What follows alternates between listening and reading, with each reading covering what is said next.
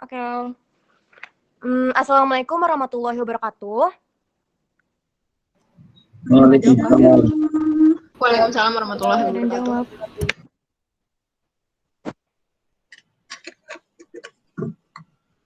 Ya, hai guys, hai semuanya. Jadi kita hari ini mengadakan First English 101 with Syahid MUN Club. Jadi sebelumnya kita jelasin dulu ya, First English 101 kita itu.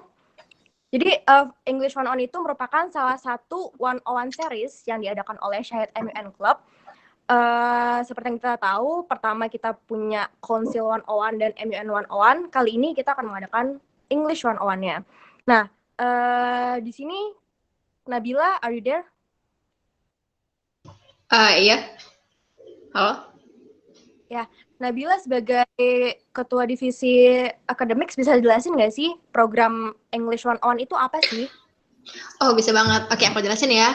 Jadi buat English 101 itu kan karena MUN itu kebanyakan, walaupun emang bukan bahasa satu-satunya, tapi emang kebanyakan itu memakai bahasa Inggris kan. Nah, jadi biar kita, biar member-member Syahid MUN ataupun member dari luar Syahid MUN bisa lebih baik lagi untuk MUN, jadi kita tuh nyediain English 101 ini. Dan sebenarnya English 101 ini juga dicetuskan oleh Kak Vanessa nih. Jadi pas banget Kak Vanessa itu adalah speaker pertamanya.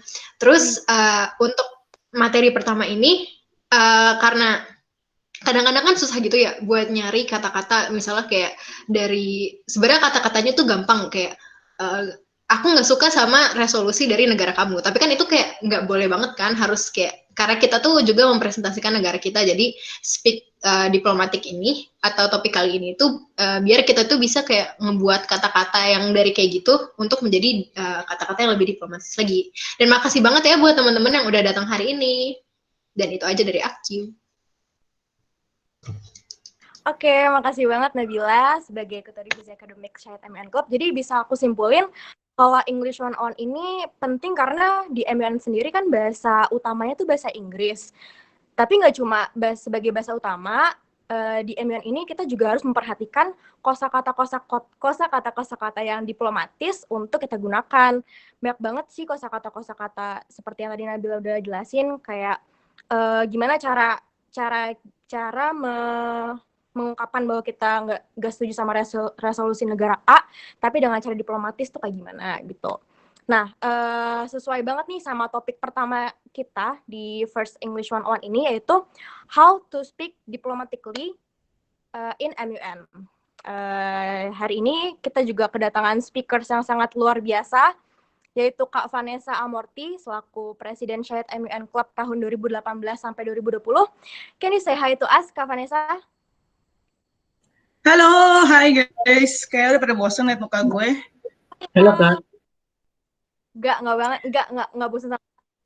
It's a pleasure to meet you, Kak. Kayak kita tuh terakhir ketemu tuh lewat suara di podcast Syahid MUN nggak sih? Oh Terakhir iya, ketemu tuh guys. di situ doang. Kayak kita udah lama banget nggak ketemu. Jangan lupa lihat podcastnya ya. Jadi aku itu lebih banyak aku sendiri ngewawancarain Ervan ya sih daripada ngewawancarain gue nya.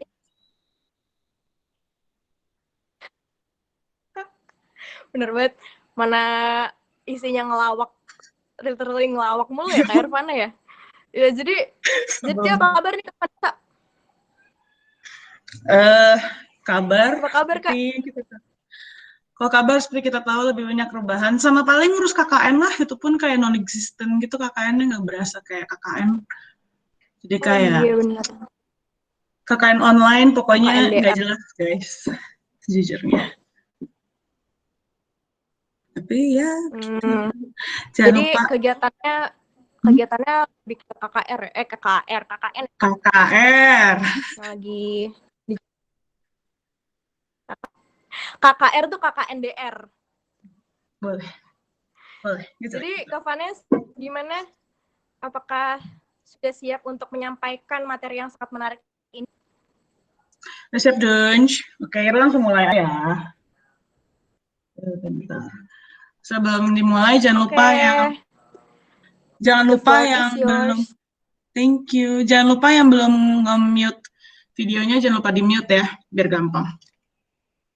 Oke, mari kita mulai. So what are we? So I'm going to try my best to use both English and Bahasa.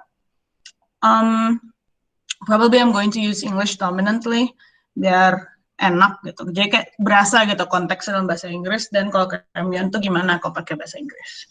Well, before I continue, you guys are allowed to ask any kinds of questions. Don't forget to refer the link in here. There's a ketahuan kan? Tulisannya di sini ya, tuh, di atasnya tuh, slidesarap.go.let itu.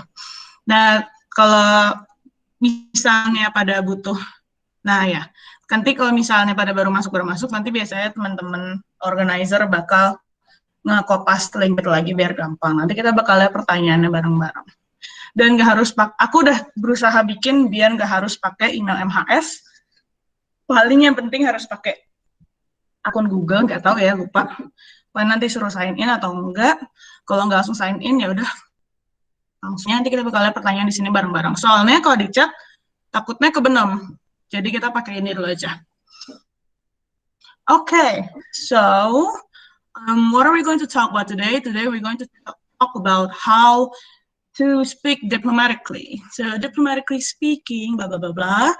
Well, this is like a series of your interpersonal skill, and then this is actually on how you can make the best of the speaking and the negotiation skills. So when we talk about diplomatic manners, it's kind of tangled with other kinds of variables, like how you deliver it, how you talk to people, how you position yourself within the crowd. So these are some of the ways that I've concluded so far to help me to strategize the flow of how to be able to sound diplomatic. But however, this theme is still open for any kinds of, I would say, revisions and opinions. So in the end, I'm going to give you guys the slides, the PowerPoint, and you guys can generate your own themes. Maksudnya kan nggak ada yang perfect gitu, kalian bisa mengakali ini. Okay, so before we continue, what is diplomatic actually? Ada bisa ngasih opini nggak diplomatik itu apa? Boleh ngomong, boleh lewat chat, terserah. Kira-kira diplomatik itu apa sih? Diplomatis itu apa? Diplomatic is a way of you flirt someone to get your interest, right? Boleh. Ada lagi nggak? Ada lagi guys. Lewat chat boleh. Persuade someone using nice language. Boleh banget, boleh juga. Ada yang mau taruh opini? Boleh lewat chat, boleh ngomong, mana aja. Okay. I would use this one for now. For a while. So, from this dictionary, it says, diplomatic. The definition of diplomatic is someone who can be sensitive in dealing with others and who can achieve peaceful resolutions or facilitate discussions. Itu ada contoh kata-katanya, atau kayak ada versinya yang lebih legitimate, but we're going to use this one. Okay, so apakah hubungannya gitu? Apa yang bisa kita ambil dari makna itu? So what we can take is that the main idea is to be diplomatic is to be able to discuss a resolution peacefully. So it did said that we have to be sensitive, we have to be everything. And so far when we've mungkin udah beberapa ada yang udah nyoba MUN gitu. Some people say when you need to be diplomatic, you need to put like this facade. To look like you're approachable or like you're leading or something like that. But it really is just not that. So in my opinion is that to be diplomatic requires some stuff and general ideas that we need to understand in order to grasp like our own conclusions and meaning toward being diplomatic. So I've composed like these 5 she markers to conclude something, is it diplomatic or not. So this is like the 5 M's. There's the mindset. How do you put the idea of being diplomatic in the first place? And then second, the matter. It usually revolves around the knowledge and then the substance, but it also involves the knowledge that you already had by doing research before on D-Day and by observing the situation on the D-Day. And then the method, how are you going to use all of this knowledge? What are you going to do with them? How can you use them as an instrument? And then fourth would be the manner. How are you going to deliver this? In what sort of way are you going to show this to people? And the move, or like moves. This is like my effort of making it all M. So it's like, what is your next step?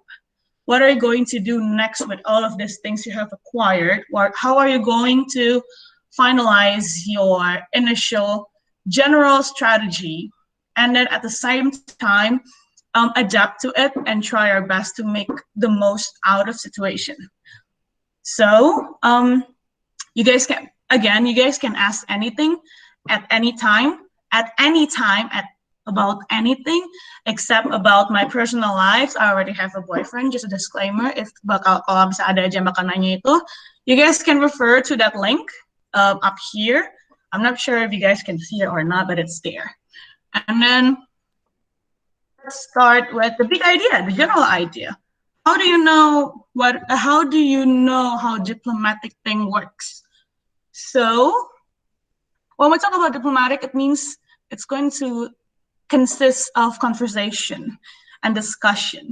So maybe for some of you who has joined an MUN before, mungkin pernah ngeliat pemandangan di mana satu delegate itu dia kayak dominan banget gitu, but nobody likes him or her.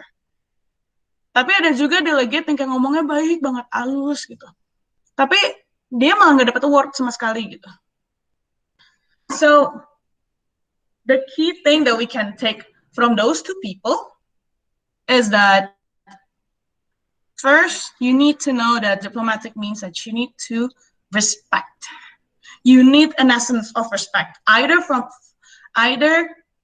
to you, to the second party, or the second party to you. Jadi ini cara gimana ngebalance esensi respect itu gitu. Kayak gimana lo bisa dapetin respect dari orang lo ajak ngobrol, dan gimana lo bisa ngerespect orang lo ajak ngobrol.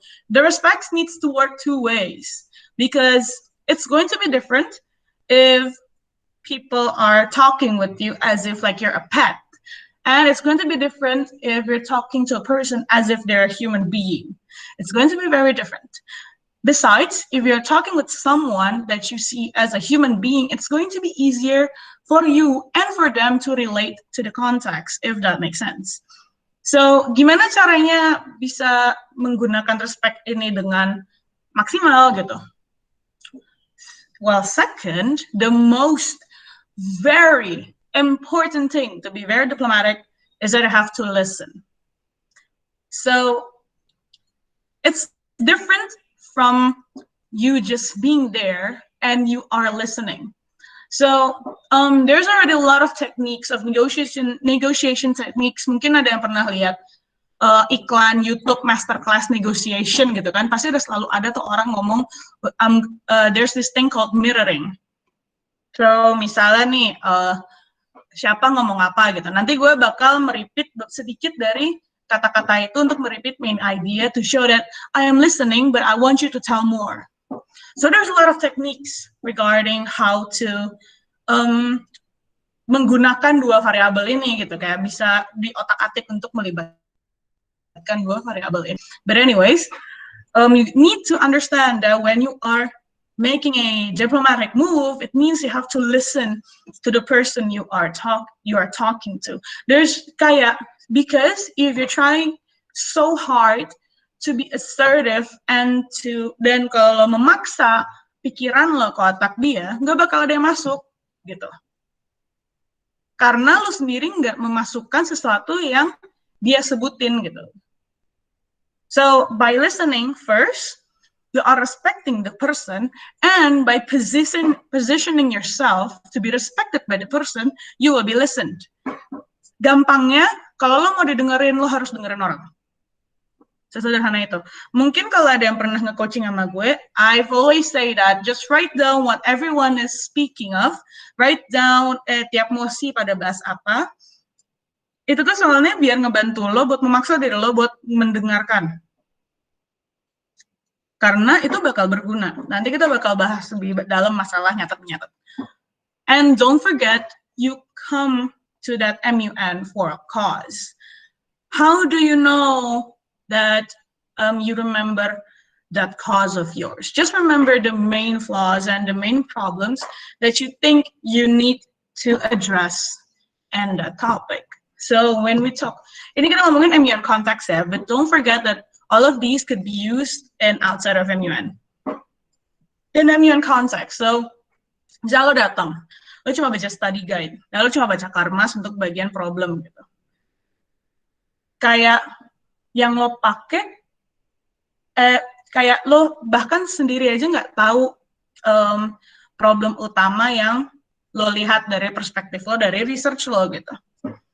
So if you just come there for an idle cause, kayak cuman diem doang, merhatiin doang gitu, you're not even interested in what's going on. So what's the point?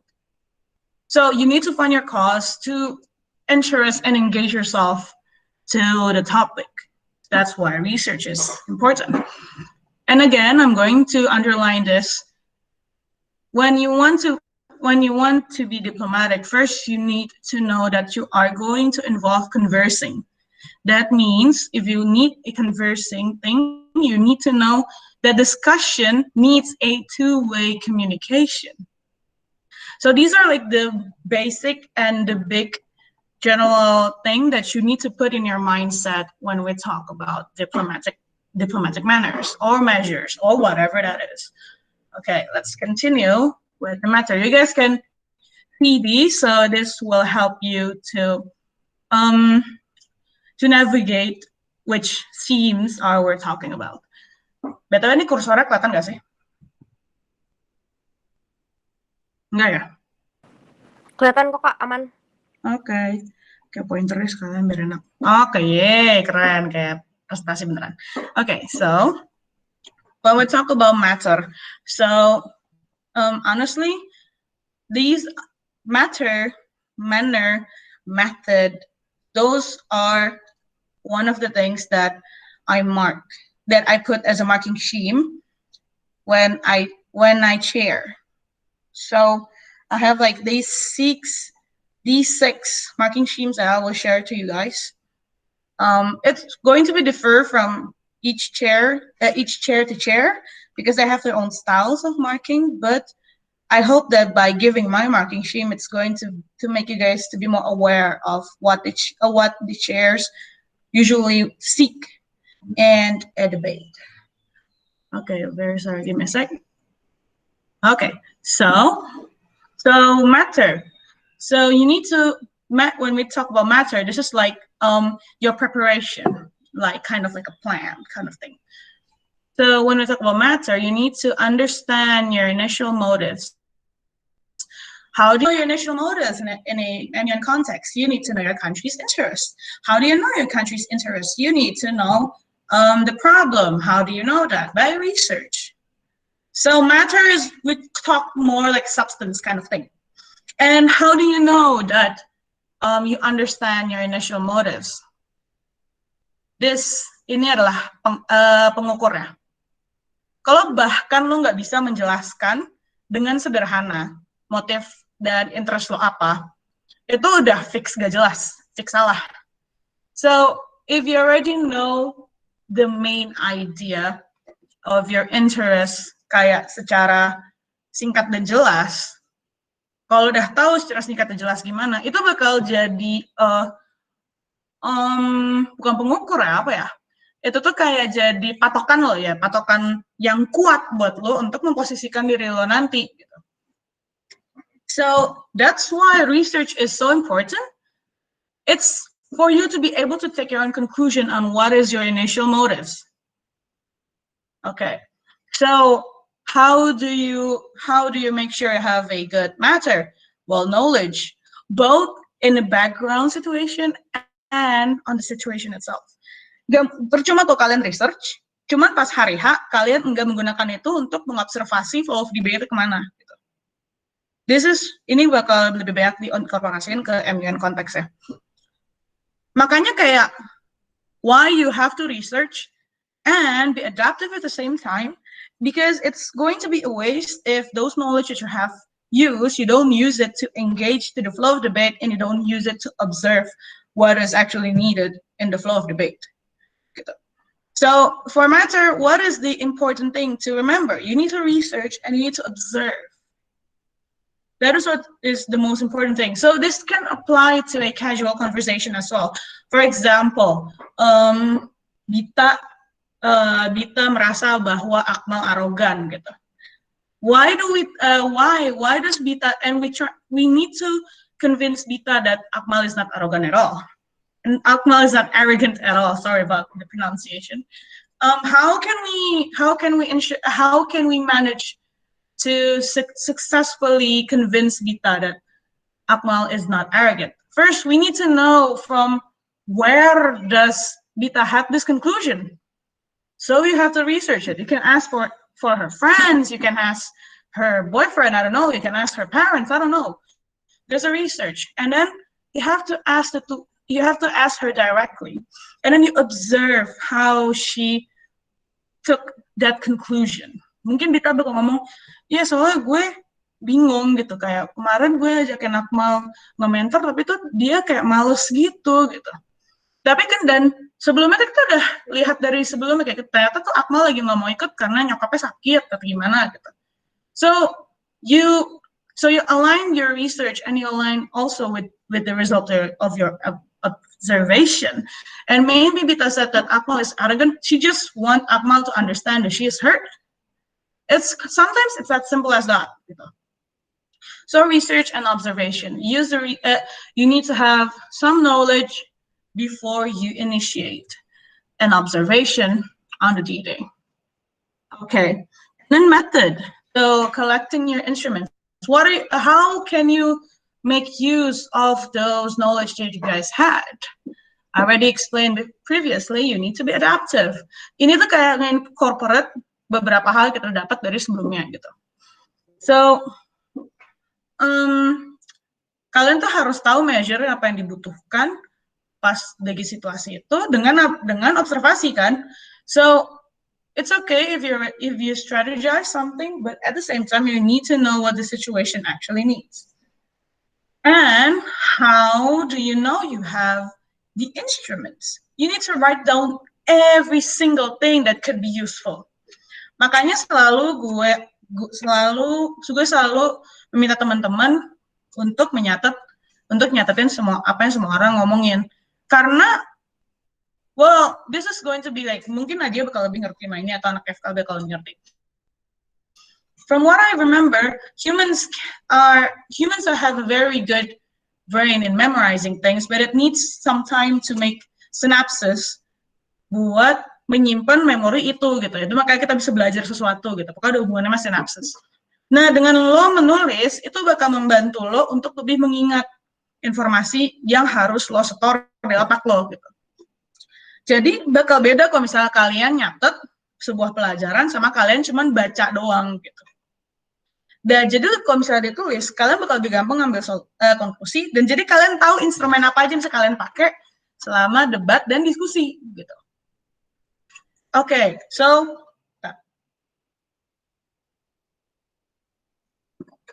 ada salah satu iklan juga di YouTube. There's this guy always say, "I'm going to talk about the F word, fair." So there's like this master class of negotiation gitu. Mungkin kalian bisa coba cari itu referensinya, adalah pokoknya.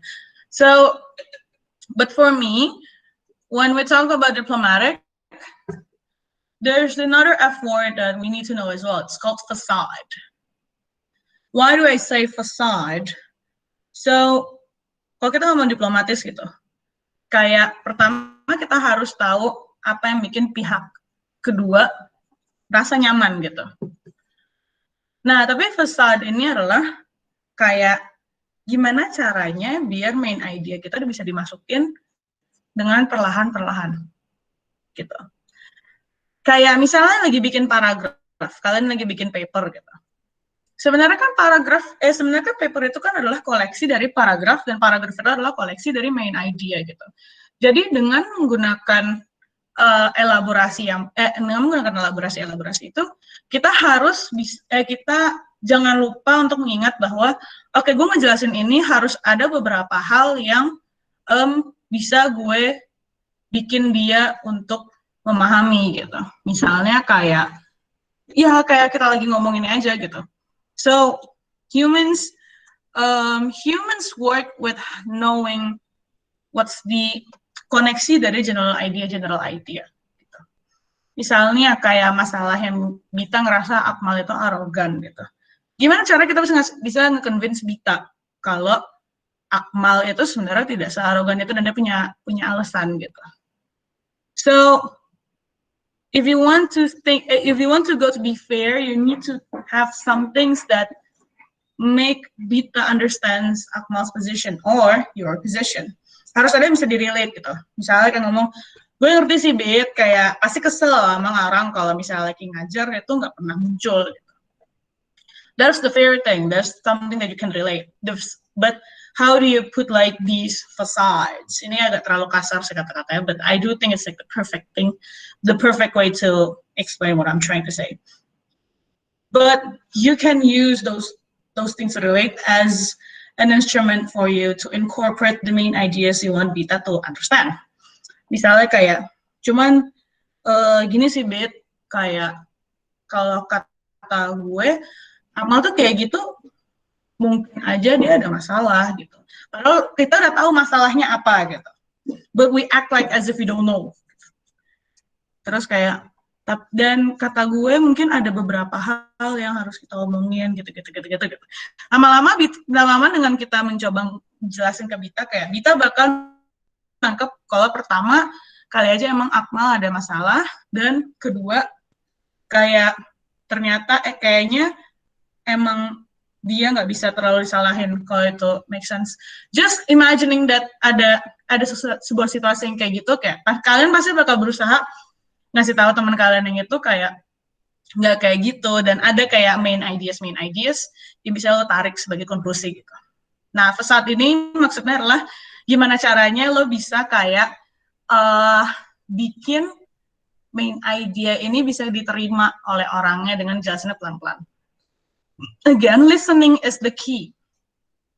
Because the stuff that the second person stated, you can use it against their will. Upon their will. No, I'm sorry, I forgot how you say that fucking word. So, karena kata-kata yang dia pakai itu bisa kita pakai. If that makes sense. Tapi kita lanjut dulu ke sini. So, the manner. So, how do you deliver those things, those main ideas?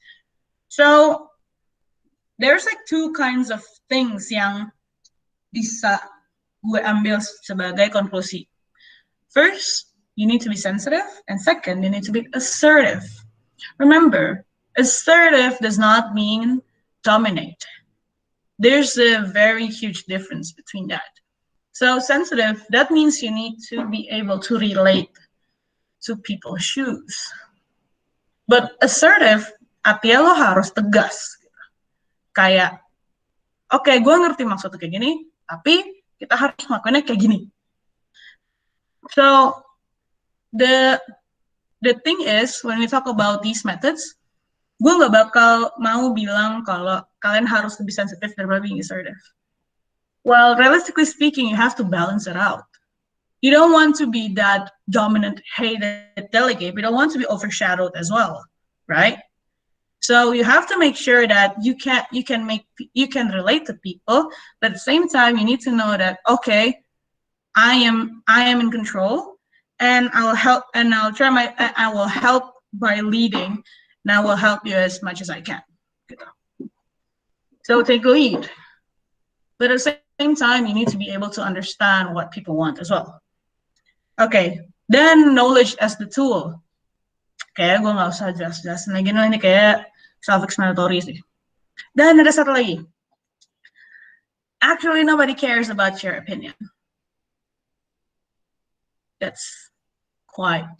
Itu emang sangat straightforward sih. Kenapa gue bilang ngomong gini gitu? Karena lu bayangin deh, lu bisa jadi delegate. Ya udahlah, semua orang juga nggak. Lu perhatiin lu jadi delegate, ngedelegasiin. Semuanya nggak ada yang peduli sama opini lo gitu.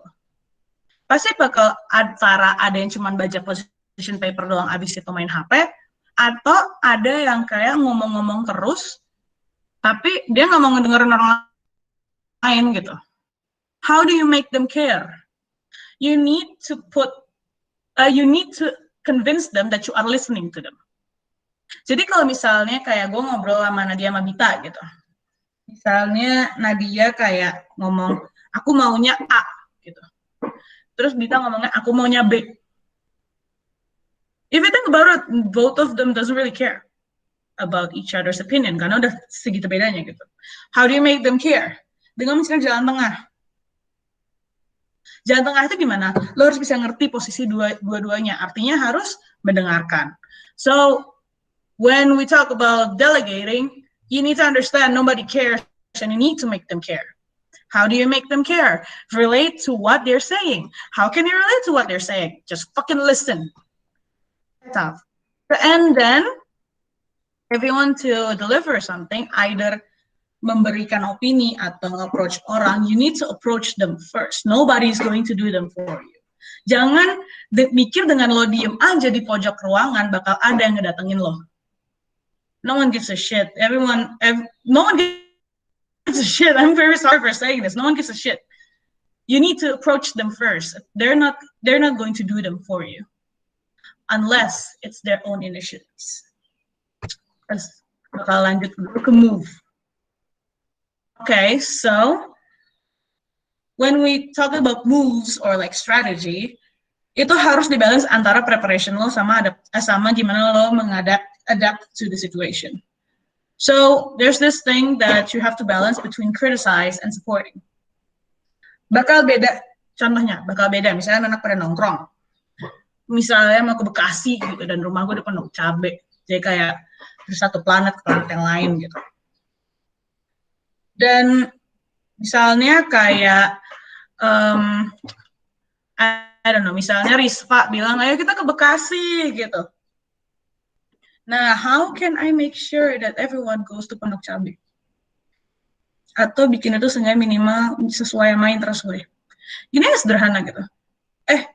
Gue nggak tahu nih, tapi kalau di Bekasi kan, mohon maaf ya, agak macet jam segini. Kalau maghrib kan nggak macet. Dan kata gue nggak terlalu oke kalau kita langsung ke Bekasi malam ini. Ke Bekasi mendingan kita tentuin buat tanggal lain gitu. Kata gue, daripada ke Bekasi, kita cari tempat di tengah-tengah, cari aja yang agak lebih tengah-tengah, jadi semua itu bisa jalan gitu. Oh ya udah, semua di mana? Pondok Indah aja. Di mana Pondok Indah jauh lebih dekat kalau menurut gue daripada ke Bekasi. Mungkin agak lebih jauh buat yang lain, but it's closer to me and it is an option. So when you want to criticize someone, you can't forget to support their actual idea. Kayak pada bilangnya, ya mau ke Bekasi soalnya kita mau ngopi ke tempat yang bagus, kayak outdoor yang garden gitu. Katanya terusnya dari awal cuman kayak tempat ngopi, cuman lucu gitu. Padahal gue bakal mikir, alah apaan anjing, mendingan ke rumah gue aja, gratis bikin kopi. But anyways, you can criticize it by first, maaf nih ya, gue bukan maksud gimana-gimana, tapi pertama, gak semua, kayaknya buat banyak orang bakal kejauhan kalau Bekasi gitu. Lagian baliknya gampang, takutnya bahaya kalau balik kan. Apalagi kalau balik kemalaman gitu. Nah, kata gue mendingan di tengah-tengah. Kalau pengen ke tempat ngopi yang garden yang terbuka gitu, kita bisa ke Yamalu gitu. Nah, kata gue itu tengah-tengah. Lagian tempat kopi enak juga kok. You support the idea, but you criticize at the same time. Why not? Okay, one thing that I see ini adalah sebuah kesalahpahaman yang sangat besar. Being diplomatic does not mean being redundant. Menjadi diplomatis tidak berarti lo harus muter-muter kalau ngomong. Emang lo pengen orang biar ngikutin interest lo dengan cara yang baik. Tapi kalau misalnya lo ngomong muter-muter juga nggak ada yang bakal dengerin lo. Jadi makanya makanya lo harus paham dulu main idea kayak gue bilangin di awal gitu. You need to know your cause dan kalau cause lo itu ngawang nggak bakal berhasil gitu. So makanya jangan muter gitu. Just straight to the point, but use those points. Tapi maksimalkan poin-poin lo yang punya. Nangkep gak? Misalnya, gue yang masalah coffee shop Bekasi masalah coffee shop Bekasi lagi deh gitu. Here's the thing. Humans don't have that much of capacity and attention to take complicated things. Sesuatu yang kompleks, sesuatu yang kepanjangan. Mereka butuh fokus yang besar gitu. Dan in a conversing and discussion matter, siapa sih yang butuh fokus gede itu orang kita harus ngediskusin sesuatu yang urgent gitu. Nobody has the time for it. So you can't be redundant. That's why lo harus tahu apa yang semua pengen, dan lo harus tahu apa yang lo pengen gitu.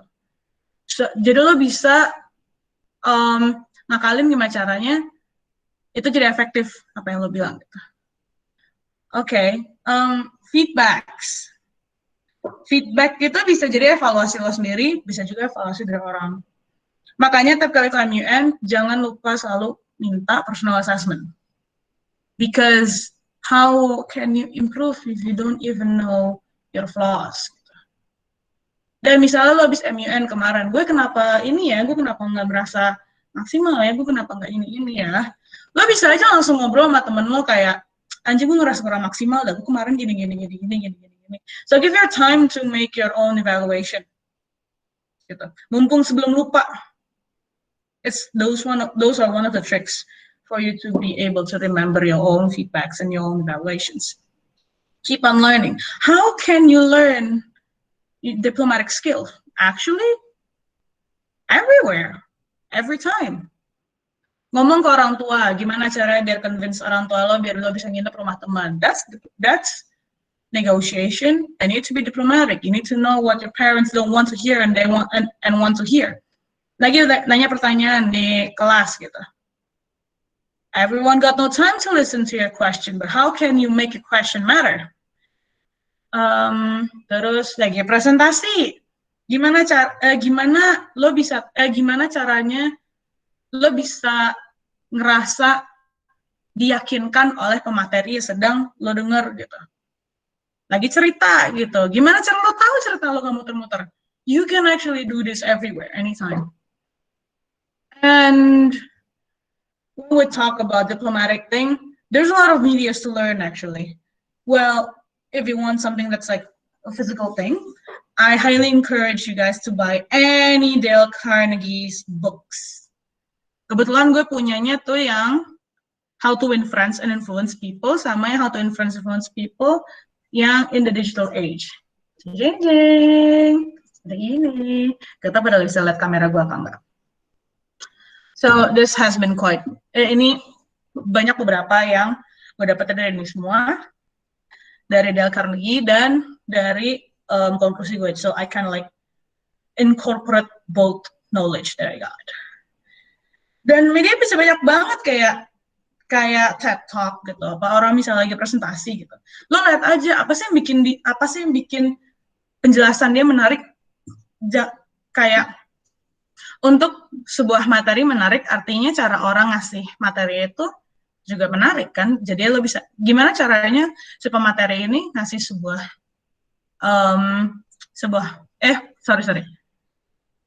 kok pemateri ini bisa sih yakinin gue kalau materi dia menarik gitu.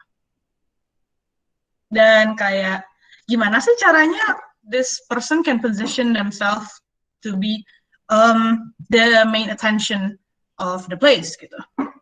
Dan like everyday conversation could be your media as well. Kayak because diplomatic skills need like fucking conversational skills, negotiation skills, speaking skills gitu.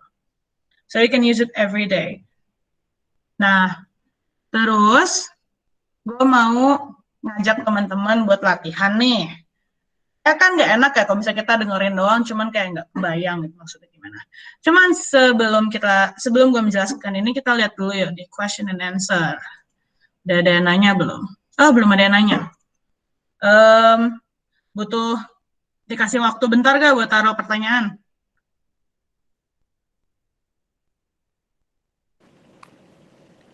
Buat teman-teman yang mau nanya bisa lihat di kolom chatnya ya, udah ada link buat kasih pertanyaannya, atau bisa lihat di screen yang Kak Vanessa tampilin tuh di atas ada slides.app.goo.gl bla bla bla itu. Tapi kayaknya udah ada penanya deh Kak. Mau digabung aja, mau dicampur sekarang Q&A sessionnya. Coba refresh ya kali aja udah ada yang belum. Belum ada yang nanya. Okay. Udah ada. Gimana? Mau aku bacain? Boleh dong, boleh banget. Ini. Udah ada 2 pertanyaan. Yang pertama, menurut Kakak, the best way to persuade people gimana, Kak? Dan yang kedua, Kak Vanessa dulu pernah salah ngomong gitu nggak, Kak? Kayak Kakak baru tahu kalau itu bukan kalimat yang diplomatis. Gitu. Wait. Jadi pertanyaan yang pertama, the best way to persuade people. Oh iya, Ding. Kak Vanessa gimana? Ini ya? Oke. Ya. Oke, first of all, kita coba ini, how to persuade people. So, how can I persuade people?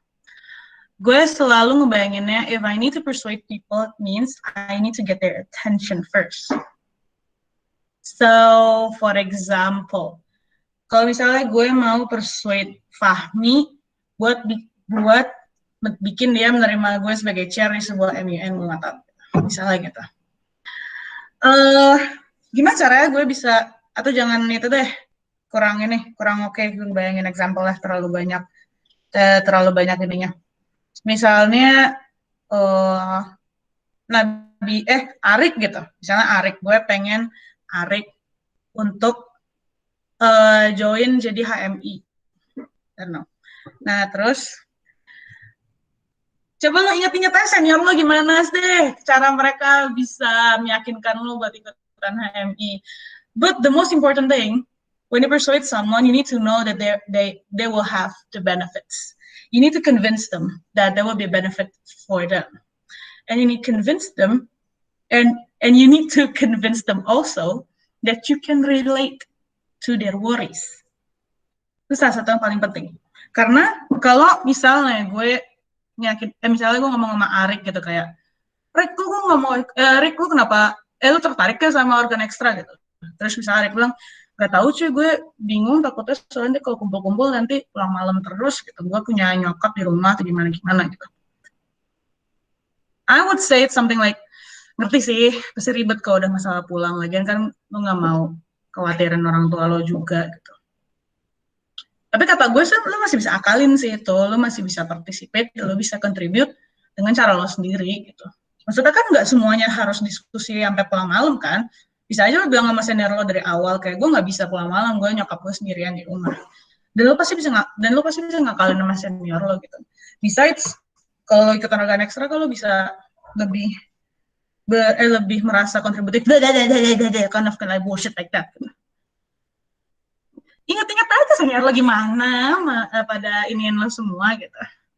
Habis ini bakal di-post di YouTube. Okay.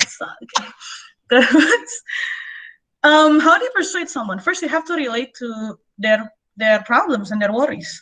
You need to address them. I understand what is it that you're worrying. I understand your position.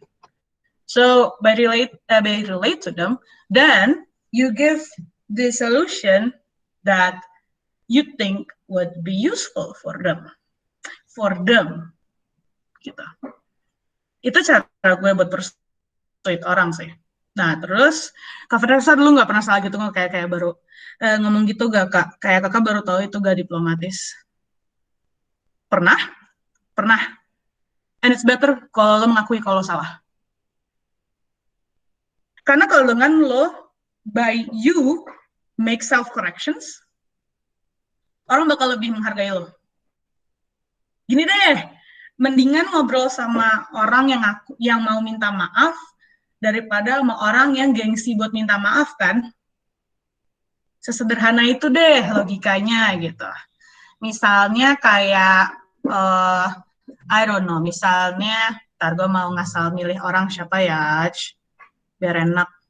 Kan misalnya harus sesuatu, misalnya Lily gitu. Misalnya Lily berantem sama cowoknya gitu. Lily bete, cowoknya nggak pernah jemput dia ke kampus gitu.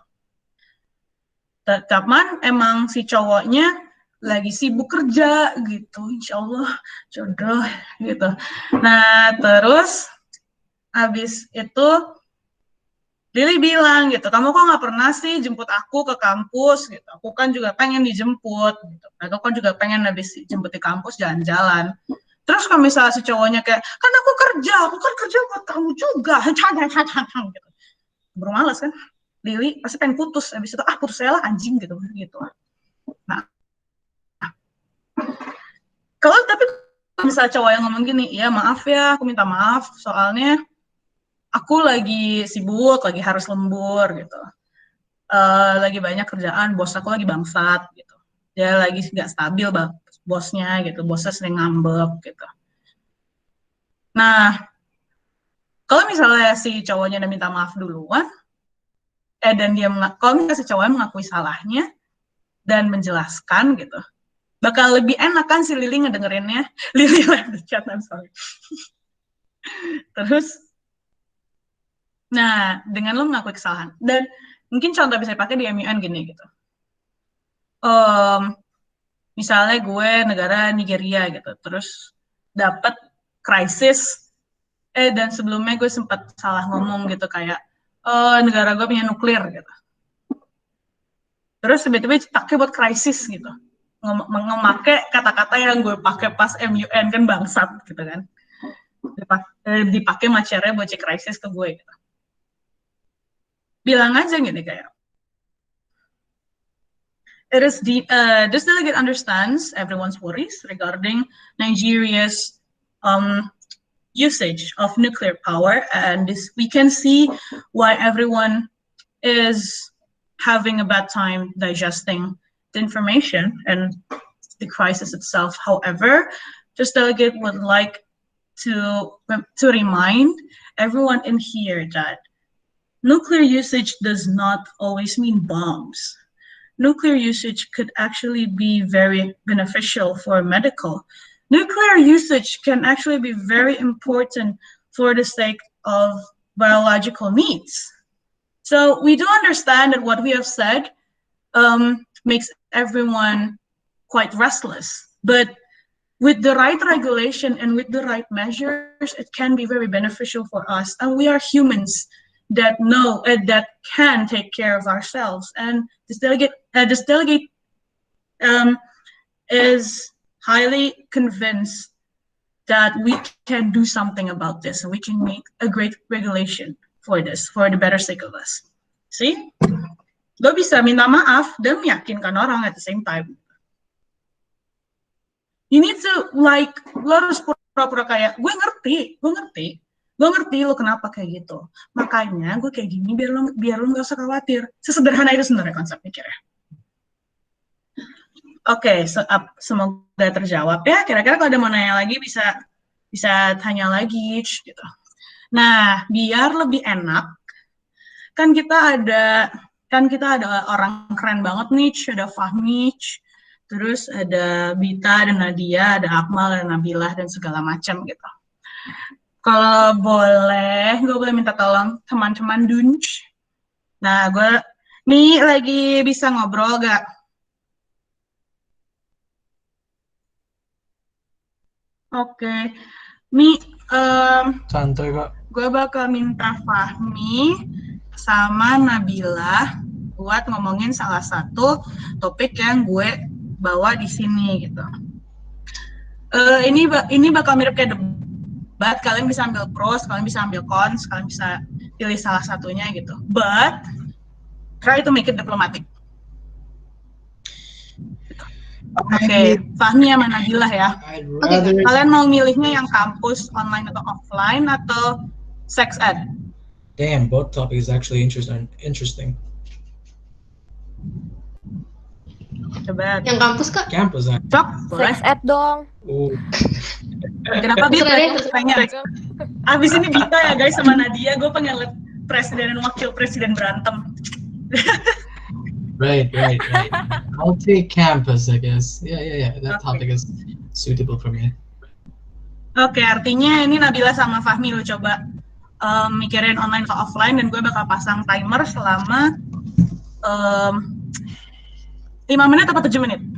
Kan pada jago nih, bisa lah. 5 minutes. 5 menit ya. Wih, pede. Ikut juga deh Kak.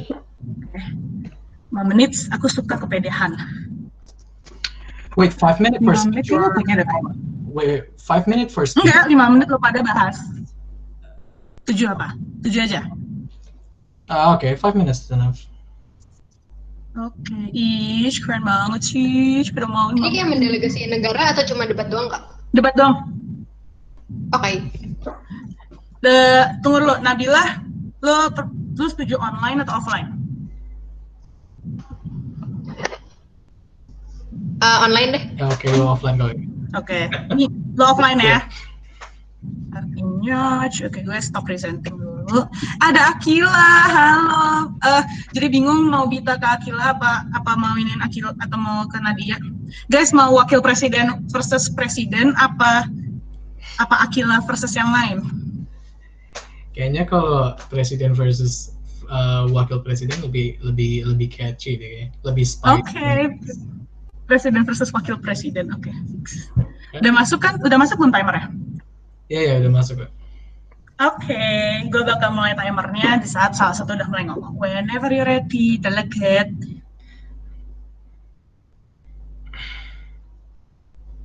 Ya, start. Wait, sebelum lanjut, ini kalian berdua sebagai Fahmi dan Nabila ya. Ya terserah, gak harus jadi Delegate. biar gampang relate ya. Okay. Oke, aku malah repot.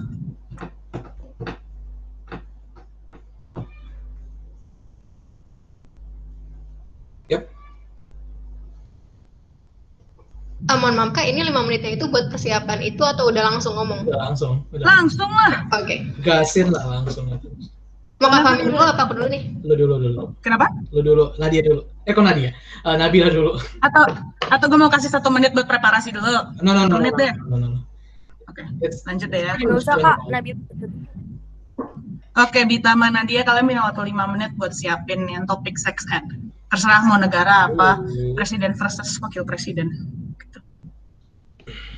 Yes. Whenever you're ready, Nabila dan Fahmi. Okay, so I will start with Mana-mana. online and offline campus as a whole overall. I do think that both options are very good, but let us think about the advantages and the disadvantages before.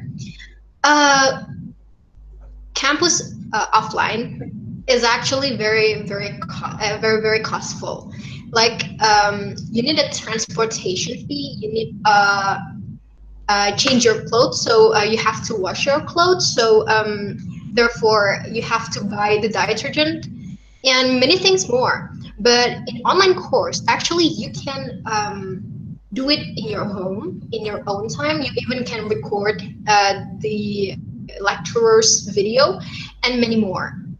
So I would think that it's actually very good if we're conducting this online, and especially that it's only costing like internet fee. Like you can use it for another way.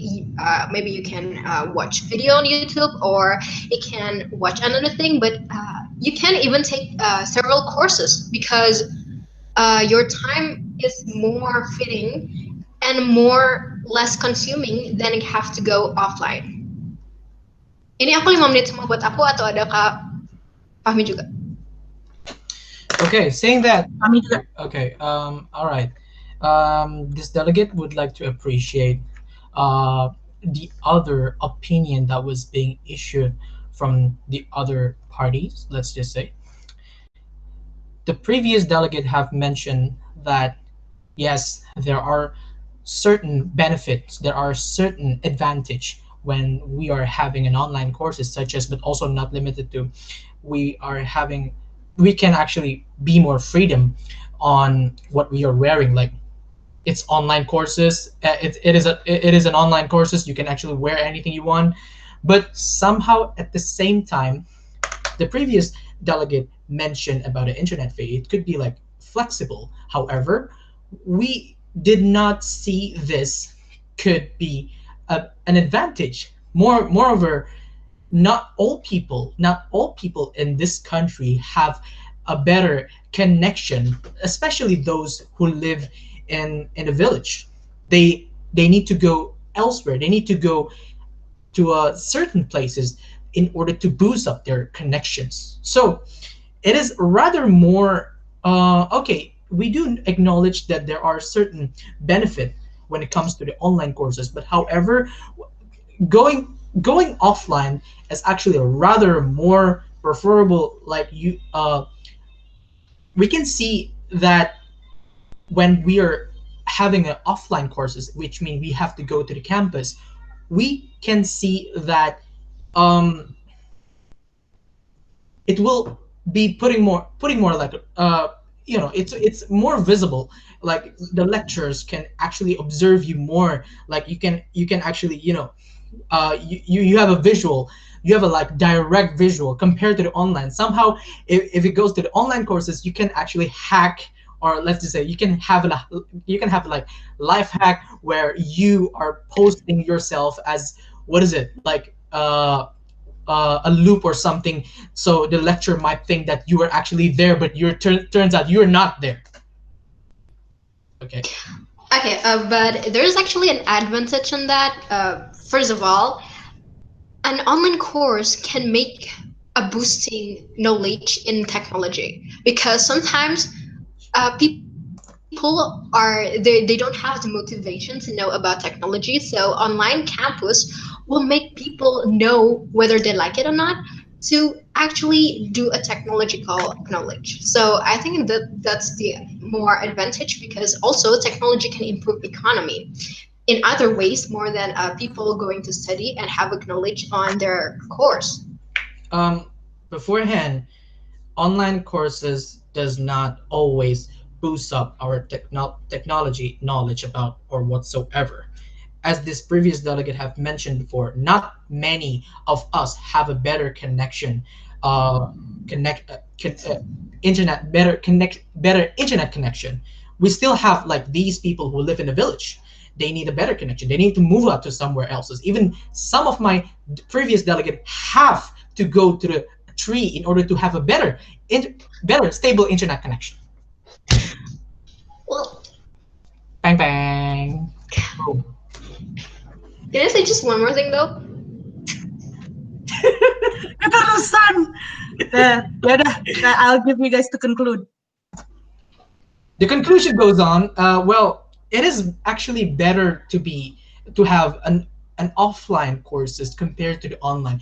Well, seeing that we are already entering the new normal phases, we can actually comply with our health protocol that has been established by our health ministry. We can actually go to the campus. We can actually go to the campus as long that we are using a master, wash our hands frequently, and maintain the distance within each one another. That can be done. While online, there are a lot of loopholes in an online courses. Not many people can actually have an access to an online courses. There you go. My name is Fahmi Umar Muhammad Joba, and I'm signing out. Can I give my conclusion too? Yeah, sure.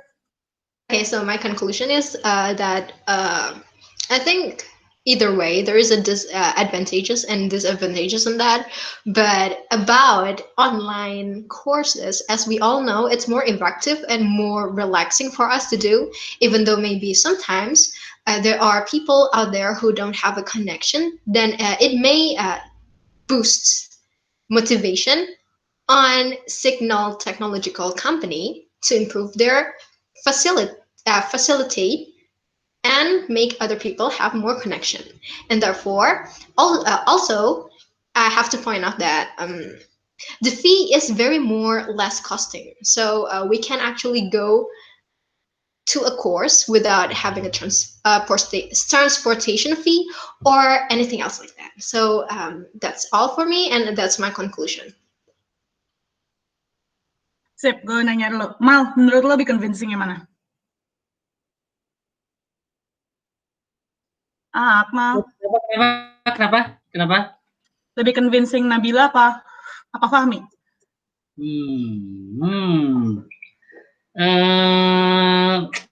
Ini nih sebenarnya kalau argumen lebih setuju ke Bang Fahmi sih, karena online class is soft. Ya itulah pakai alasannya, karena gue lebih prefer online sih. Ke Nadia lebih convincing siapa? Convincing tuh. Kayaknya karena tadi kebanyakan Kak Fahmi yang ngomong, I think Kak Fahmi was more convincing. Convincing juga karena satu idea sama gue. Oke. Salah satu yang bisa kita ambil konklusi adalah salah satu teknik itu bisa pakai hatching. So, hatching itu kayak ngemotong yang nggak penting.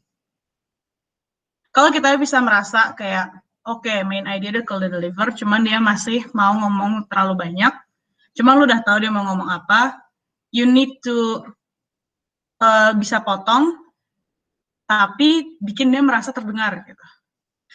For example, siapa ya? Ada yang mau debat sama gue nggak? Kil, mau debat gak sama gue 5 menit? Pakai kampus online atau offline deh. Ampun Bang Jago. Kil mana? Siapa ya? Kalau Kil nggak ada. Oh, ya. Andini, pick Andini. Coba. Ya boleh, Andini mau nggak? Siapa aja sih? Kalau nggak ada, gue milih. Ini gak apa-apa. Nggak usah nyalain kameraan, nggak apa-apa kok. Bisa ngomong. Window. Oke. Yuk, Andini, lo mau online apa offline? Mau offline deh. Oke, boleh. Sip. Gue bakal mulai timernya sekarang. Whenever one of us starts to speak. Andini, you can... Boleh duluan.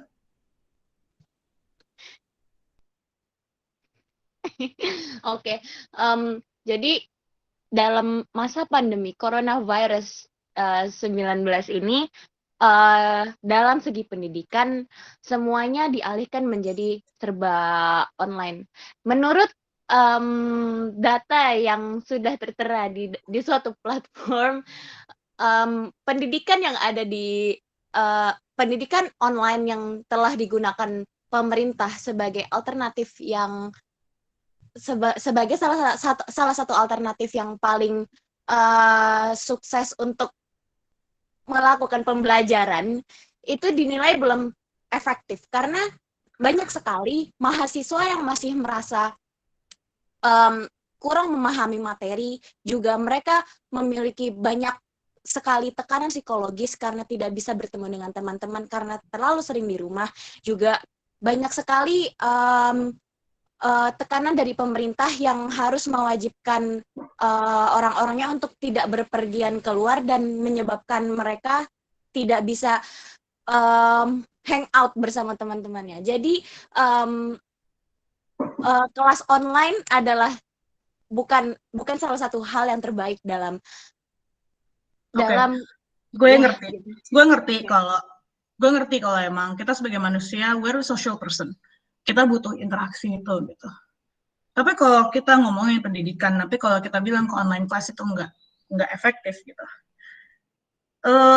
Kalau kata gue justru kita harus dibalik dulu mindsetnya gitu. Kalau memang kelas online tidak efektif, apakah ada cara buat ini bikin efektif? Karena kalau menurut gue pribadi gitu, kalau kita ngomongin alternatif, apalagi di masa pandemi gitu, itu artinya sebuah usaha kita to make the best of what we can, right? In this case, online. Dan okay, let's admit that online has a lot of problems, but it is the best alternative we have so far. Dan kita sebagai a very intellectual species, we need to be able to make the best out of it.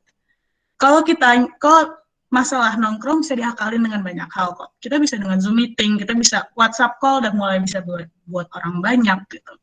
It doesn't mean that doing online class means that all of the things that we enjoy from offline class will be gone gitu. Ini harus sebuah kerjasama dua arah dari mahasiswa dan juga dari pemerintah sendiri. Oke. Tapi kalau menurut lo dari yang gue sebutin, menurut lo gimana, Didi? Menurutku sih ada pepatah yang bilang kontak fisik itu bakal ngalahin sama yang jauh-jauh. Jadi sebaik-baiknya online sebagai salah satu yang paling efektif bakal tetap kalah sama yang offline. Karena kalau offline kita bisa ngobrol sama temen, kontak fisik secara langsung, terus bisa bercanda sambil sambil ketawa respon gitu ya, respon langsung gitu kan. Respon langsung gitu ya. Kalau online everything is all virtual dan nggak kerasa nggak kerasa vibes aslinya gitu loh, karena semuanya hanya bentuk gambar bukan dalam bentuk fisik. Tapi kalau kata gue sih ya, ini mungkin agak berbeda sama apa yang lo pikir gitu. Selama gue pandemi ini, I have to admit, gue emang kayak waktu gue sebelum pandemi itu lebih banyak buat di kampus sama teman-teman. Gue jadi ada waktu untuk mengingatkan ke gue sendiri apa yang gue butuh buat gue sendiri. Kayak gue jadi pengen mau belajar gambar lagi gitu. Gue juga gue jadi ada waktu buat menganalisa ulang materi-materi gue gitu. Well, I understand mungkin emang nggak ada interaksi itu kayak nggak enak gitu. Tapi kalau online kan artinya kita ada waktu buat diri kita sendiri. Jadi nggak berarti online itu kayak harus dihapus gitu. Bisa buat benefit personal loh sebenarnya ngomongin online. Iya, aku paham. Online kelas online itu juga emang bagus. Sebenarnya sih yang dipermasalahkan dari semua online ini adalah tekanan psikologis dari mahasiswa itu sendiri sih. Karena apalagi aku yang ekstrovert, yang suka banget ketemu sama orang baru, suka banget ngobrol. Itu pas semuanya jadi online, aku tuh sampai turun beberapa kilo. Karena saking stresnya aku nggak bisa ketemu temen gitu loh. Serius kamu saking stres, iya, aku sampai nggak bisa makan gitu berhari-hari cuman gara-gara aku nggak bisa ketemu temen. Gitu. Yes, emang agak worrying itu. Oke, mungkin teman-teman bisa mengambil beberapa kesimpulan dari itu. Aku online malah makin gendut sama. Oke. Nah, sorry Kak Vanessa, bercanda dong kan tadi. Nggak apa-apa kok, bercanda kok. Sebenarnya ada beberapa teknik yang kalian ambilin. I did a little bit like a mirroring, kayak serius sampai naik berat badan lo gitu. So gue mengulang itu so I can know more information on that. Pertama. Dan kedua yang bisa diambil dari situ adalah like I try my best to say that okay, I know where you come from that. Tapi sebenarnya ada cara lain loh buat mikir kayak gitu. Salah satu hal yang bisa lo ambil dari situ gitu. And how I deliver it, I don't want to try to offend whatever Andini is thinking about. Gitu. Doesn't feel like I'm offending. Coba gue penasaran. Rick, menurut lo lebih convincing siapa?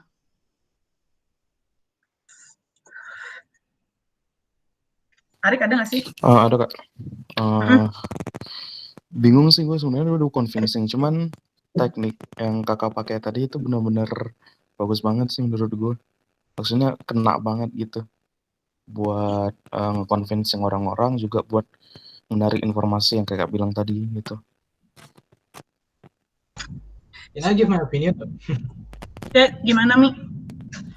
Sebenarnya kalau dua-duanya convincing, cuman yang nggak ada di Andini itu satu.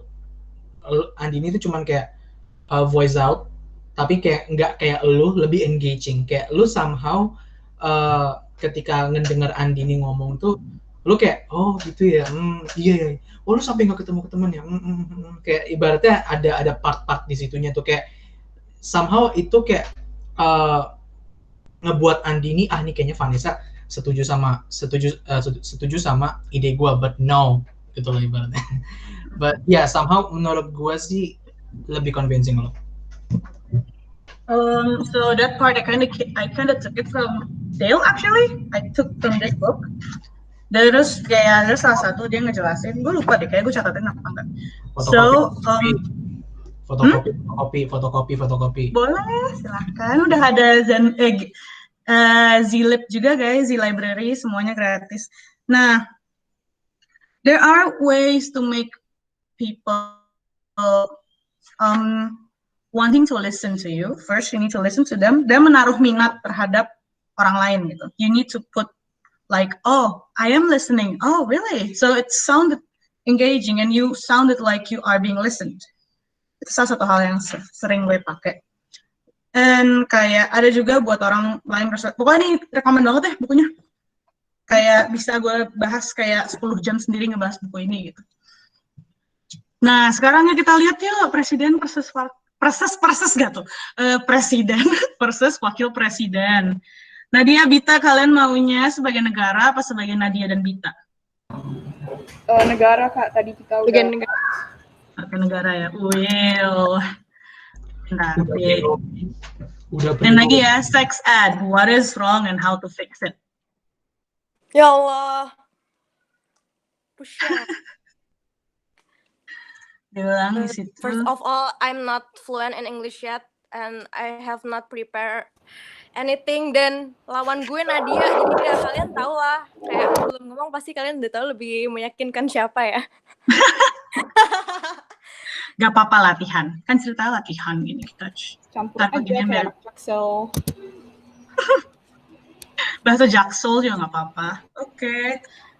Whenever you go. Jadi aku dari Indonesia, Nadia dari USA. Nadia duluan aja. Okay.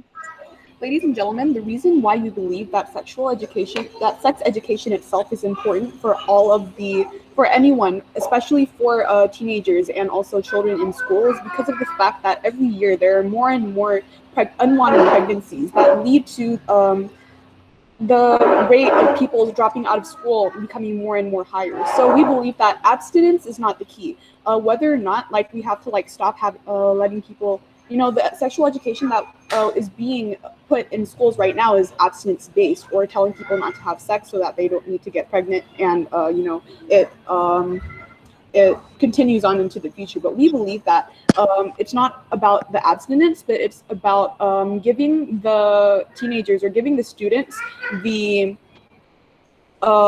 responsibilities so that they can be able to do sex in a safe way. For example, giving them condoms and also giving them the information that they need so that they can practice safe sex instead of doing the abstinence based. And this is something that I know isn't really implemented in Eastern countries, for example, in Asian countries such as Indonesia.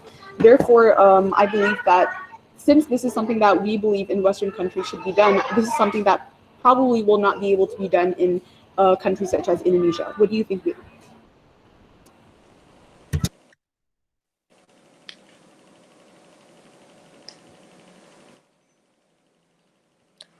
Aku ya? Yeah. Okay. Thank you, delegates of USA.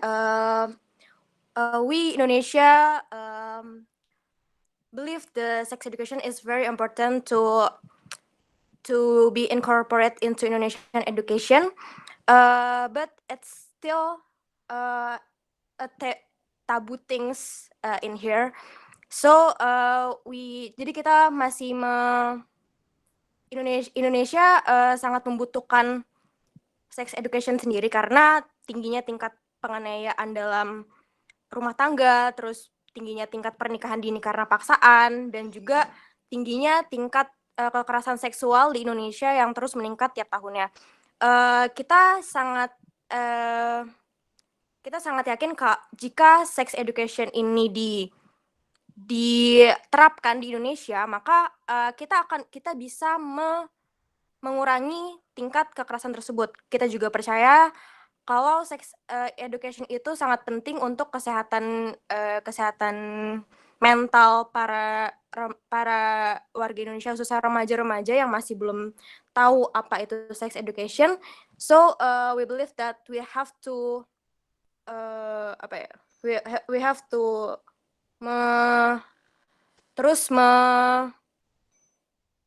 mendukung sex education ini untuk diterapkan di Indonesia dengan cara menyetujui beberapa rancangan undang-undang dasar yang mempunyai fokus di sex education tersendiri. Gitu. Kesulitan kami adalah banyaknya kontradiksi di antara golongan masyarakat, tetapi kami terus mengusahakan agar sex education ini terus diterapkan. Terima kasih. Kayaknya kita pakai perspektif agak campur negara dan juga agak campur sama pribadi sendiri. So I know what Vita is talking about and how sex education should be something that should be more paid attention to in Indonesia. But the problem is that in Indonesia, people are not able to accept the fact that we need laws regarding sex education, such as RUU PKS, which has not been able to be ratified this past year. And the main problem is that with it is because the people don't really understand what the actual importance of sex ed is. Therefore, people don't want to be able to ratify these laws. Whereas on the contrary, in America or other Western countries itself, like people don't have a problem with people practicing sex as long as it's based off of consent. And this is really where the difference comes, because in Western countries, like people believe more in consent-based sex. Therefore, it's easier for people to advocate for sex education itself. Whereas in Indonesia, like one of the biggest problems is that people don't really understand what sex ed is for and how it should be used for its people. Ya, kalau di Indonesia sendiri, karena seperti yang kita ketahui bahwa bentuk negara kami adalah negara demokrasi dan bukan negara liberal, jadi untuk menerapkan sex education ini, untuk men-encourage masyarakat kami tentang sex education, tentunya butuh proses yang cukup panjang. Kami mengetahui kalau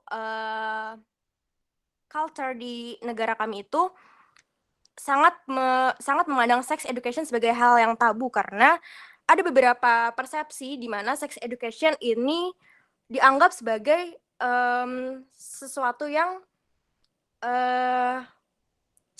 tidak baik dalam agama, seperti itu.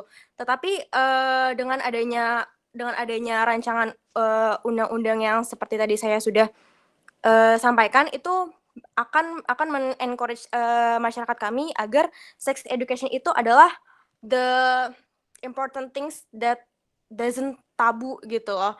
Jadi sebenarnya kami juga sangat amazed dengan negara-negara di Amerika dan Eropa seperti USA karena sudah menerapkan sex education, dan we hope our nation can merealisasikan sex education ini sebagai pendidikan yang diterima oleh masyarakat kami. Okay, I think this is my closing statement. Jadi sebenarnya tadi kelasnya adalah di Indonesia orang-orang belum pada bisa menerima sex ed sebagai sesuatu yang harus dibiasakan, harus dinormalisasi. Sedangkan kalau misalkan di negara barat, like we need to focus more on moving from abstinence-based sex ed to like consent-based sex ed. So like actually giving people the information and the education that they need. Jadi dari tadi itu kita I don't think we're really convincing each other to like come on each other's side, but like more about talking about the differences between each of our countries, like state of mind. So yeah. Oke. Kalau konklusi dari negara kami, Indonesia sangat berharap sex education bisa dinormalisasi dan direalisasikan di negara kami, regarding banyaknya tingginya tingkat kekerasan seksual di rumah tangga atau yang bukan di rumah atau yang belum berumah tangga. Jadi kami masih sangat mengusahakan agar sex education ini terus diterima dan tidak lagi dianggap tabu di masyarakat kami. Oke. Thank you Vita dan Nadia. Bit, lu sadar nggak ada sesuatu yang kurang dari lo? Sadar nggak, banyak banget. Yang kata gue yang paling kurang dari Vita sebenarnya adalah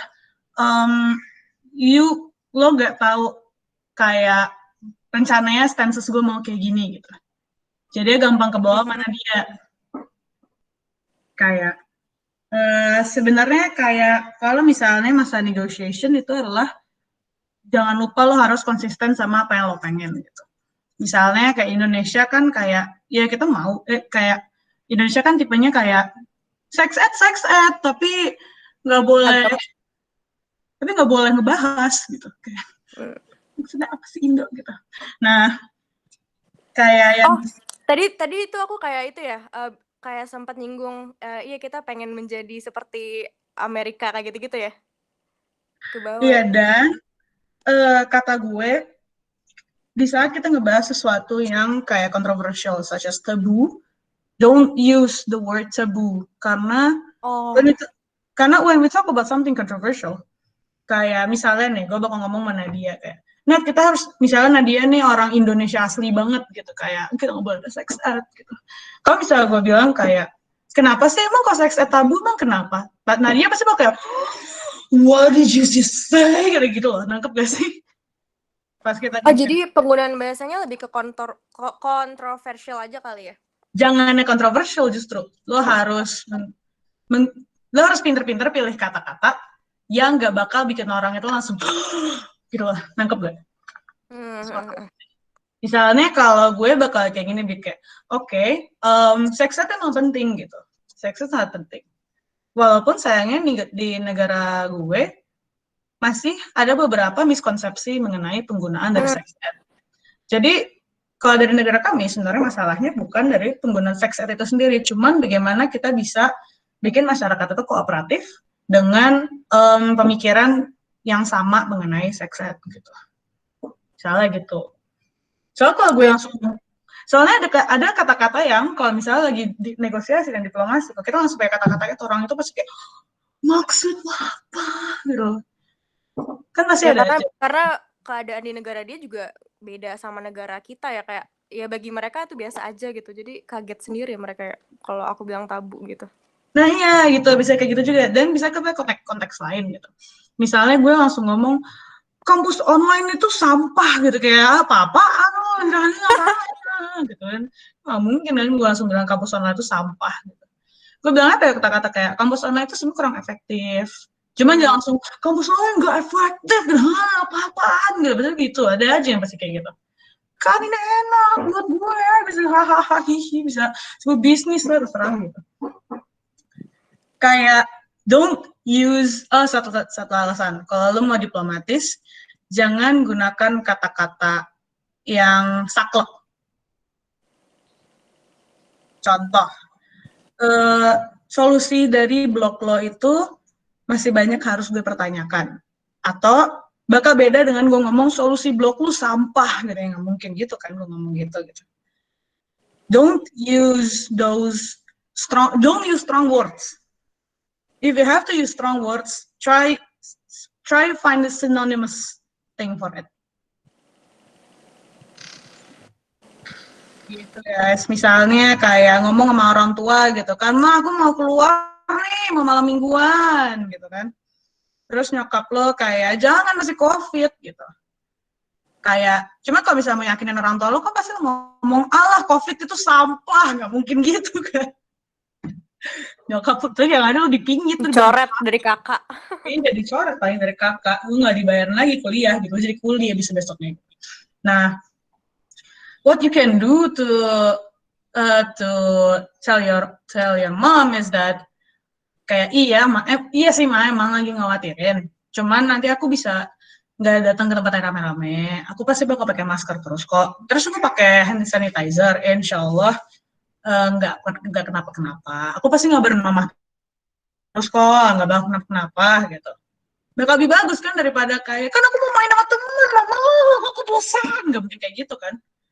Yang ada kayak, gak tahu diri kamu bangsat, pasti gitu yang namanya nyokap kayak gitu. Iya bener. Kayak, don't use those strong words. If possible, try to compose it something yang bisa lebih didengarkan secara pelan-pelan gitu. Kan intinya sama kan, jangan khawatir. Gak usah khawatir, gak apa-apa kok gitu. Dia kalau bilang, udah lama, santai aja, COVID juga bakal cabut, ya gitu lah, jangan lu bawa di, apain namanya nyokap lagi. Nah, bisa dipakai guys triknya. Oke, so tadi kita udah practice.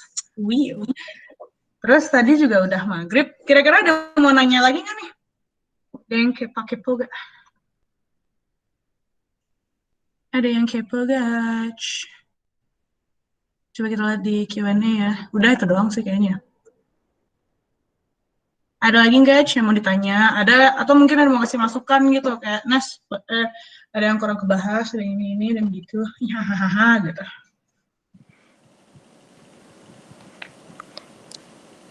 Atau enggak kalau ada yang mau nanya bisa langsung nanya di sini aja juga nggak apa-apa. Bisa langsung nanya sini, bisa langsung di chat juga deh. Semenung di chat, langsung ngomong gitu. Asal jangan tanya udah punya pacar apa belum, gue udah bilang gue udah punya. Gitu. Sombong banget sih Kak Vanes. Iya. Aku tuh. Sombong kalau pacarnya yang bantuin ngedesain jaketnya. Maaf ya guys. Gimana guys? Ada yang mau nanya lagi nggak guys? Udah mau maghrib. Kalau speakernya Kak Vanes tuh beda ya. Kita selain ngedengerin juga langsung praktek loh.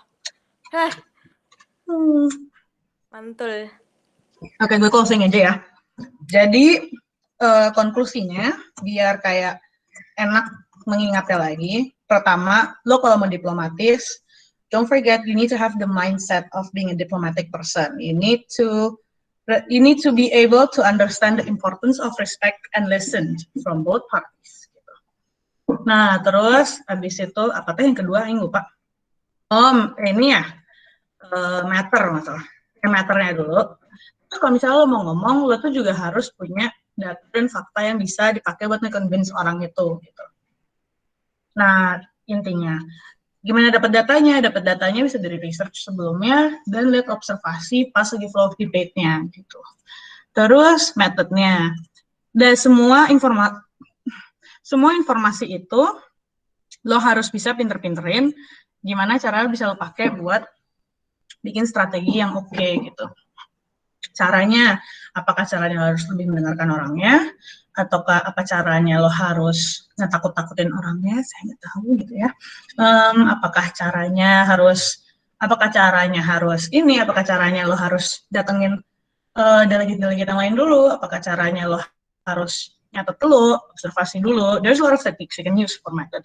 And for manner, kalau manner itu adalah like manner gimana sih kayak cara lo ngedeliver ide lo gitu.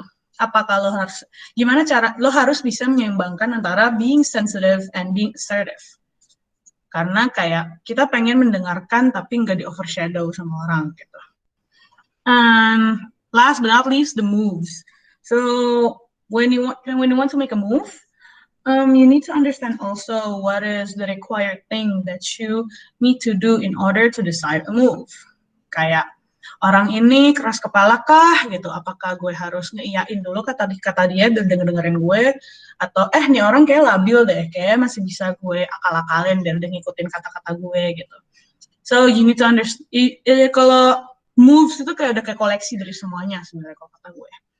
Nah, there are some tambahan teknik-teknik yang tadi bisa dipakai buat contoh. There's this thing called mirroring.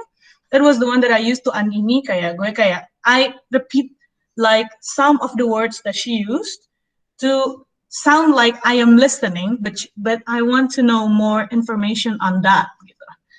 Misalnya kayak Bita ngomong, iya jadi Syahid Mun itu sekarang lagi butuh uang kas gitu. Oh, lagi butuh uang kas. Iya, soalnya kita lagi kurang banget ya kemarin, kita mau bikin begini nggak bisa, mau bikin ini nggak bisa, butuh banget uang kas gitu. So just by repeating it, you can just make this person talk more. Terus, there's the importance of relate. So the importance of relate is to convince someone that you are listening and you understand what is this person saying. Terus, there's also the importance of incorporating what that person is saying to your word. Biar orang itu merasa engage in the conversation. Dan disclaimer, ini bisa dipakai bukan ini bisa dipakai di luar Moon gitu. Ini bisa dipakai buat segala macam. Bisa cara lo biar bisa masukin ada kelasku dalam organisasi tertentu gitu, nggak tahu gitu ya. Nah, bisa meyakinkan orang tua lo, bisa meyakinkan ini lo gitu. This is kalau kalian pengen belajar lebih lanjut, I highly recommend you guys buat Dale Carnegie's books is like very good. Cuma kalian bisa juga belajar kayak lihat orang gimana mereka TED Talk gitu. Gimana sih nih orang bisa ngomong enak banget gue dengerinnya gitu. Dan kayak there's a lot of ways for you to learn. Bahkan buat anak psikologi, buat anak FK, kalian juga bisa memahami secara emotional person untuk kalian gunakan untuk for your best cause. Terus another disclaimer, being diplomatic does not mean being redundant. You need to see the difference. Karena kalau kita ngomongin in context, no one has the time to listen to everything you say. Gitu. So you need to be able to take someone's opinion justru dengan ngomongin poin lo tuh apa yang aslinya. Itu udah masalah jam terbang sih. Gue agak kurang bisa menjelaskan bagian itu. Cuman kayaknya kalau udah pas lagi unmod, kayak pasti langsung ngerti deh maksud gue apa. Okay, I hope it was helpful. I hope it was helpful in any sort of way. And I understand bentar lagi mau maghrib, makanya ini gue tutup sekarang dan saya lemparkan kepada Dita. Terima kasih banyak Kak Vanes, sangat inspiring banget dari awal sampai akhir. Bahkan banyak hal-hal yang tadinya aku pribadi nggak tahu dan sekarang tahu juga. Nih kalau misalnya nggak ada English 101-nya di Syahidman, kayak nggak tahu deh hidup aku tuh gimana sih. Thank you juga buat tim akademik yang udah menyelenggarakan program ini. Thank you juga buat teman-teman yang udah hadir dari awal sampai akhir dan juga tadi juga udah berpartisipasi dalam praktisnya.